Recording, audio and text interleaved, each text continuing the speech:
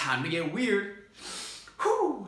Okay, welcome back to the show. I'm very excited to have you here. This is going to be the first episode that's a little bit longer. As you can tell, it's 15 minutes as opposed to 5, 6, 7, 8-minute videos I've been putting out. And before I get going, if you wouldn't mind keeping this in the back of your head by the end of this, if you could let me know which length of time you prefer the most and if it even matters to you. Anyways, this episode is important. Why is this episode important? In this episode, I want to talk about you. I want to talk about what you want. I want to add value to your life. You know, it's very easy for a person like myself or anybody who creates content to be like, I'm going to talk about me. I want to talk about how great I am and how you can change too and be as great as me. And I think I've actually done that quite a bit. I've been like, this is what's great about my life. This is why I'm so good. You can do it too. Here's how. You can be as great as me. And I don't like that anymore because I'm realizing that that's what I do sometimes. So I want to really get away from the focus of me and why my life's so great, except for to share examples from my life just so I can relate to you. Because I think it's also one of the things that I can be insecure about sometimes, and what some people might be thinking is, oh, well, dude, you're so young, or dude, you're inexperienced. You know, why should I listen to your advice? And I just want you to know that I've been through the things I talk about. I don't just spew things out of my mouth for fun, although I do like doing that too. So I'm going to talk about you today.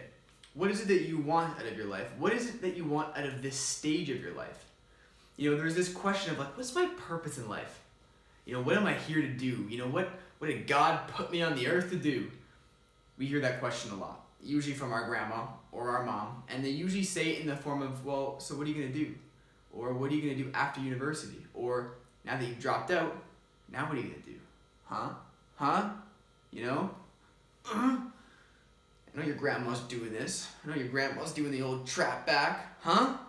You know, and it sucks, you know? It sucks to hear that from a family member. It sucks to be asked that question at the dinner party. At least I hated it. I dropped out of university 2019 maybe or 2018. I can't remember which date now. Probably 2019, and I didn't know what I was gonna do, and I would constantly get asked by my friends' parents, so like, what are you up to now? You know, what are you doing? And they just like twitch, like, what are you doing? And they just like squint at me, and I'd be like, I don't know. I read, you know, I like to read, and I'm gonna figure out a way to make money online. I'm gonna do it, and this is funny. I actually remember a time when a friend of mine's parents was like, what are you gonna do? And I was like, I'm going to read and I'm going to make money online. And he's like, if you figure a way to make money online, you let me know. You figure out a way. And I was like, okay. And now that I've made money online, I just remember this moment now. Maybe I should text him and be like, remember when you said how you're going to do it? Well, I found the solution. I'm not going to do that because I don't think that would be sincere of me at all. And I think he would not enjoy it. But the point is that when we drop out of university or we make a big life decision that doesn't make sense to a lot of people, which is okay, I think it's easy to feel lost. Like, it's easy to feel like, oh, shit, like, what's going on with my life? Is my life worth living? You know, or am I wasting my life? Am I not doing enough? And I was asking the question the other day, why is it that we feel like we're not doing enough? Why do you feel like you're not doing enough if that's the case for you? I think it's because we're constantly looking outside and not inside. I'll explain what I mean by that. This is important. Isn't it easy nowadays to look on social media and be like, holy shit, they're doing so much. How do I become like that? Or, I mean, that's probably not what people say. People probably say, why aren't I like that? Much lower quality of question. Why aren't I like that? Why can't I do that? Why are they so good? And we're constantly looking outside. Even when we judge people, we're like, oh my God, they're not doing great. I mean, oh my God, like, they are not doing anything good for their life. Look at them. You know, not look at me. It's very look at them, not very look at me. And this is an easy trap to fall into. I mean, I don't blame you. You got shit coming at you all the time. You got advertisements on social media. You have like all these apps and social media platforms on your computer that you can go on. YouTube advertisers. Thank God for Netflix. I don't think they have advertisers. Bless their soul. And but the point is that you constantly have stimulus from the external world coming at you, let alone just like your parents or your friends' opinions. There's so much of that too, but also on your phone, which is where most of us spend a lot of our time. So it's like, how do you deal with all this external stimulus? And I think what our brains have been trained to do, our consciousness, our attention, our attention has been put onto external things. We're starting to identify more and more with other people's lives. We're starting to identify more and more with, what would be a good example? Like someone's body or someone else's body. Like, ooh, I want that body, that. It's like we're identifying with all this external stuff, and we're not coming back to our seat of self, our true identification, our true beingness, and identifying with that. And I think that's like the cause of all our problems. This just came to my head. I'm not sure if this is relevant. We'll see as the seconds go on here. Alan Watts, my favorite philosopher, said, most people walk around with like this dark and the light. Like we all have the dark side, shadow side, and like this light side. And he says, all our troubles start when we think that the dark side might win. So like when we think that, oh my God, if I don't do this, this, and this, then I'm not going to be good enough. Or if I don't create a business, then I'm not going to be good enough. The dark side might win. Oh my God. And so we're like fighting against those like, oh my God, what if I don't do this? What if this doesn't happen? What if I don't do well? We're fighting against what could go wrong. We're fighting against things that we're afraid of, as opposed to just living life. Letting the flow of life happen naturally. And I think that when we look to outside situations and circumstances, that comparison, that judgment, that's maybe letting the dark side win. That's like, oh my God, I'm not as good as them. Me, them. And there's like this fucking gap it's just debilitating, It's debilitating. Because we feel like this, for some reason, in our mind, this is like, there's like a feeling we attach to this person. Like if this is us and this is the person we're comparing ourselves to, it's like this gap is just like all the things we have to do to check the boxes off to be as good as this person. And this person in our head is like the standard of what I want to be like. If we're not there, then we suck.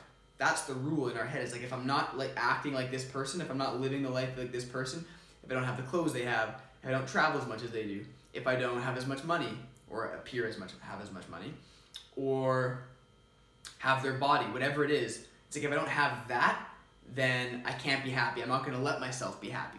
But that's such bullshit. That is such bullshit. Who says there has to be a reason to be happy? I didn't hear a reason. Who said there has to be a reason to be happy? Now, I might be screwing with your brain a little bit here, but it's the truth. If your brain was like, what do you mean? I have to do this to be happy. Or this has to happen for me to be happy. I already know that you're screwed. Because there's going to be things that have to happen in your external life to equal happiness for you. But the truth is, happiness is an inside game. That's what this whole thing is about, is like we constantly compare ourselves to people outside and judge ourselves based on other people. But we don't look at ourselves. We don't dive deep into ourselves. David Goggins, someone who I really look up to as far as learning about the mind. He knows a lot about the mind, not from reading books, but by doing really hard things and learning about kind of how it operates and sends us signals. And he's like, why are you comparing yourself? He swears a lot, so bear with me. He's like, why do you compare yourself to other fucked up people who have hidden it better than you? Because like I've really tried to like hit home to you. It's like, we all have these things we go through that aren't fun. We all have insecurities. I have insecurities. There are things that I'm insecure about that I would be embarrassed if people knew about me, And we all have those things. And when we look on social media, we forget that other people have those things too. And I think that's where our trouble starts, is thinking like, shit, I don't have that. I have to get that to be happy. And then we start working towards this fake image in our head of what success is, or what, a happy life is, or what a really healthy person is, or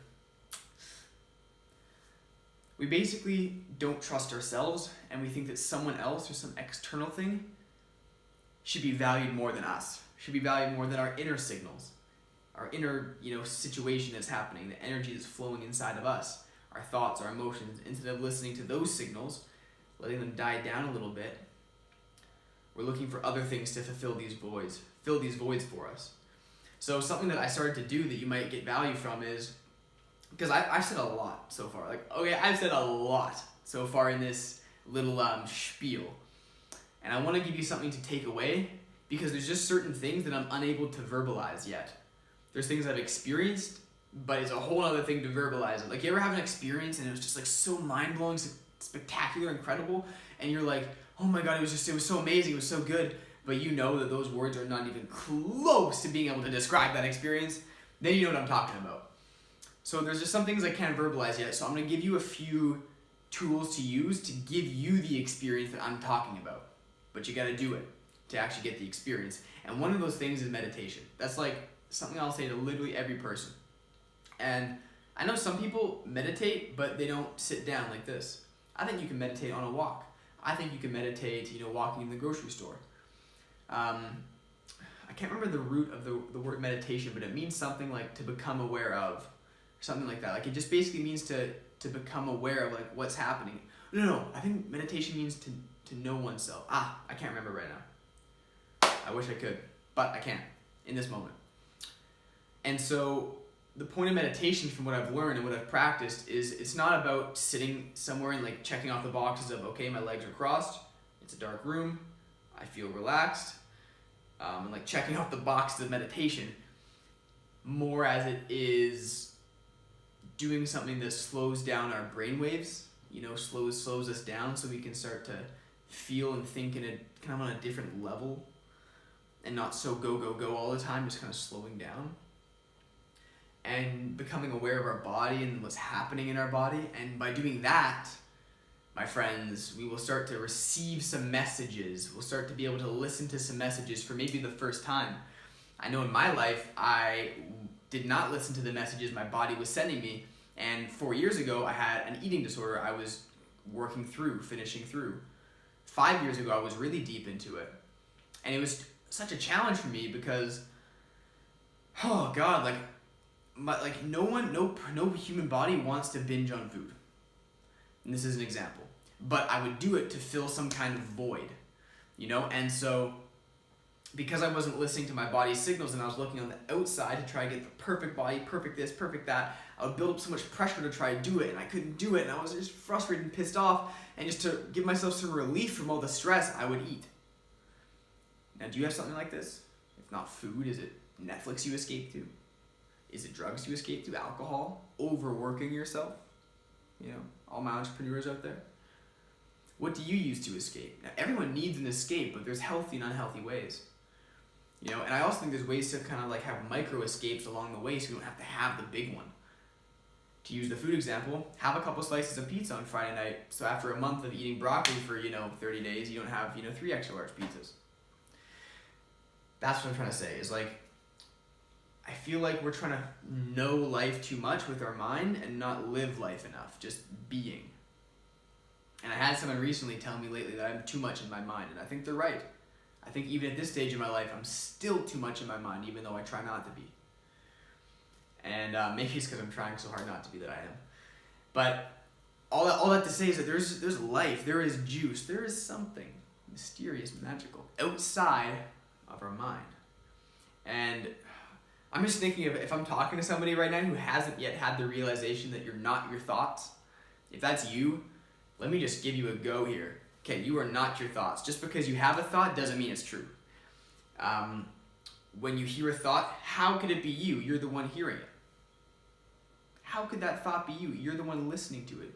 The one that is you is the one that hears the thought. How could you hear a thought if, you can't hear, if I heard, a bird chirping? I'm not the bird. I'm the one listening to the bird chirping. The same thing with thoughts. If you can hear the thought, it's not you. The rule is, if it can be observed, it's not you. Because you're the one doing the observing. So I hope that maybe, if you haven't had the realization that you are not your thoughts, that I hope that broke you out of that pattern. Is a huge one. And just because you have a thought doesn't mean it's true. So if I have a thought, or if you have a thought, I'm not good enough, well, who gives a shit? It's just a thought. You have thousands and thousands of them a day, tens of thousands of them a day. So just one thought doesn't need to mean your truth or mean your life. It could just be a thought. It could just be a thought, okay? It's just a thought. Just a thought. Okay, don't get too crazy on me now. It's just a thought.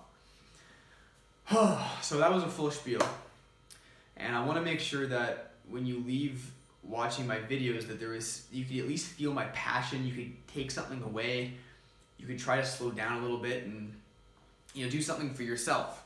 Because the reason I'm making these videos, there's multiple reasons. The first is because I know that hold on, I just caught myself. I didn't know what to say next, and so I reverted back to talking about myself. I've noticed that with people. Like if there's like an awkward pause, sometimes actually with people it's different, I'll ask them a question. But with myself, if I'm on a video, I don't have anyone to ask a question with, and if I don't know what to say, I'll just start talking about myself. And I want to avoid that. I want to talk about you. I want to add value to you. I'm trying to train my brain to do that. So to add value to you, what would add value to your life? Here's a random thing that might help based on what our conversation was like before, which is if you want to spend less time on social media, if you want to not be there as much, schedule your social media time. Here's a crazy term. What gets scheduled gets done, ladies and gentlemen. What gets scheduled gets done. Like if you say I'm not going to go on social media today, or if you say I'm gonna go on social media today and you plan it in your schedule, you will do it. If you say I'm gonna exercise tomorrow but you don't put it in the calendar, I know what you're gonna do. It's likely that you won't exercise, but if you put it in the calendar, your odds just increase. I mean, tell me I'm wrong. I mean, wouldn't it make more sense that if you were to put something in your calendar that the odds of you doing it increase? It also shows that you're serious about it. You're committing yourself to doing it. So, whatever it is you want to do, schedule it and it will be done. Schedule it and it will be done. Yeah, that's a huge one. Because when something's in our head, it's not certain or clear. When we write it down or like make it real in the physical world, it becomes more real in the physical world, obviously. So there's some study that was done that showed that if you wrote your goals down, they were like, it was like 70% or something, a higher number, more likely to come true by just writing it down. So anyways, that is it. I gave you so much today. I wasn't very prepared for this video, honestly. I just finished a call with a client and I went straight to this video because I have something after, but I wanted to make sure I got one out. But in the future, I'll be much more careful and methodical, make sure I plan out my videos a little bit more, at least have one main topic to give a riff on, just so I can give you specific, clear value, not go all over the place like I did today, which I like to do because I'm a talker, but